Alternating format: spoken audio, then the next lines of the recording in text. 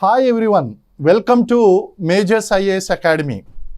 మనం CDPO EO long term బ్యాచ్లు అనేటువంటి ప్రారంభించాము. అలాగే ఇటు గవర్నమెంట్ కూడా గ్రూప్ 1 గ్రూప్ 2 నోటిఫికేషన్లు, ఈఓ సిడిపిఓ నోటిఫికేషన్లు రిలీజ్ చేయడానికి సిద్ధమవుతుంది. కాబట్టి నోటిఫికేషన్ వచ్చిన తర్వాత మనం ప్రారంభిద్దాము అని స్టూడెంట్స్ అనుకుంటే కనుక మీరు చిన్న పొరపాటు చేస్తున్నారు. స్ట్రాటజికల్గా మనం చూసుకోవాలంటే మన మొత్తం సిలబస్ ఏదైతే ఉందో ఆ మొత్తం సిలబస్ని కనీసం 2-3 సార్లు చదువుకోవడం అనేటువంటి చేయాలి. న్యూస్ పేపర్ రీడింగ్కే మీకు డైలీ 2-3 అవర్స్ అనేటువంటి పట్టేస్తుంది. ప్రీవియస్ క్వశ్చన్ పేపర్స్ అనేటువంటివి ఆన్సర్ చేయాలి. మోడల్ పేపర్లు అనేటువంటివి మీరు మోడల్ ఎగ్జామ్స్ అనేటువంటివి మాక్ టెస్ట్లు అటెండ్ కావాలి. ఇవన్నీ చేయడానికి నోటిఫికేషన్ వచ్చిన తర్వాత మీకు టైం సరిపోదండి.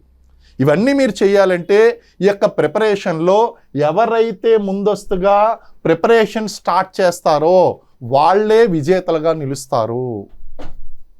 ఎందుకంటే పార్ట్ టైం ప్రిపరేషన్ చేయడం వలన ఎటువంటి ఉపయోగం లేదు.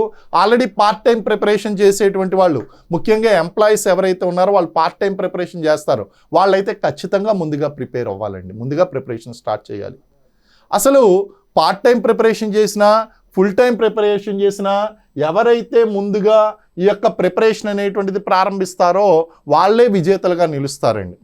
కారణం ఏంటి అంటే మనం సబ్జెక్ట్ని ఒకసారి రీడ్ చేయాలి, ఒకసారి చదవాలి, ఆ చదివిన దాన్ని రిపీట్ చేయాలి, రిపీట్ చేసిన దాన్ని రివైజ్ చేయాలి, నోట్స్ రాసుకోవాలి, నోట్స్ రాసిన దాన్ని పదే పదే ఆ యొక్క revising monthly revising, quarterly revising అనేటువంటి చేసుకోవాలి. ఈ విధంగా చేయడానికి ఖచ్చితంగా టైం అనేటువంటిది పడుతుంది. మీకు తెలుసు ఎగ్జామినేషన్ ప్యాటర్న్ అనేటువంటిది మారింది. గతంలో 1 బిట్టు 1 మార్కు, ఇప్పుడు 4 పాయింట్లు లేదా 4 బిట్లు 1 మార్కు.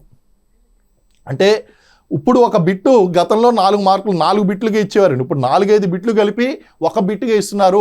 మీకు క్వశ్చన్ చదివితేనే, క్వశ్చన్ చదవడానికే టైం పట్టేస్తుంది. చదివి అర్థం చేసుకోవాలి, దాన్ని జాగ్రత్తగా అనాలిసిస్ చేయాలి, ఆన్సర్ చేయాలి. ఇది చాలా ముఖ్యమండి. కాబట్టి ఇక్కడ ఎగ్జామినేషన్ ప్యాటర్న్ అనేటువంటిది మారింది. కాబట్టి ఎవరైతే నోటిఫికేషన్స్ కోసం, జాబుల కోసం ఎదురు చూస్తున్నారో వాళ్ళందరూ కూడా ఇమీడియట్గా మీ యొక్క ప్రిపరేషన్ ప్రారంభించండి. ఇటు ఆన్లైన్ ప్రిపరేషన్తో పాటు ఆఫ్లైన్ ప్రిపరేషన్కి కూడా ప్రాధాన్యత ఇవ్వండి. ఆఫ్లైన్ ప్రిపరేషన్ అంటే ఆఫ్లైన్ ప్రిపరేషన్ లేనటువంటి వాళ్ళు జూమ్ లైవ్ క్లాసెస్, ఎందుకంటే మీకు ఆఫ్లైన్లో హాస్టల్ ఫీజెస్ కూడా ఖర్చులు అవుతాయి. కాబట్టి జూమ్ లైవ్ క్లాసెస్ ఏదైతే ఉన్నాయో వాటికి ప్రిఫరెన్స్ అనేటువంటిది ఇవ్వండి. సో ఆ విధంగా మీరు ముందస్తుగా ఎవరైతే ప్రిపరేషన్ స్టార్ట్ చేస్తారో వాళ్ళు ఖచ్చితంగా విజయం సాధించడం అనేటువంటి జరుగుతుంది. Thank you very much. మనకి లాంగ్ టర్మ్ బ్యాచ్లకి ఇన్ఫర్మేషన్ కావాలనుకునేటువంటి వాళ్ళు మన ఛానల్ సబ్స్క్రైబ్ చేసుకోండి. అలాగే మన నెంబర్కి కాల్ చేస్తే కనుక వివరాలు తెలియజేస్తాం. Thank you. జై హింద్.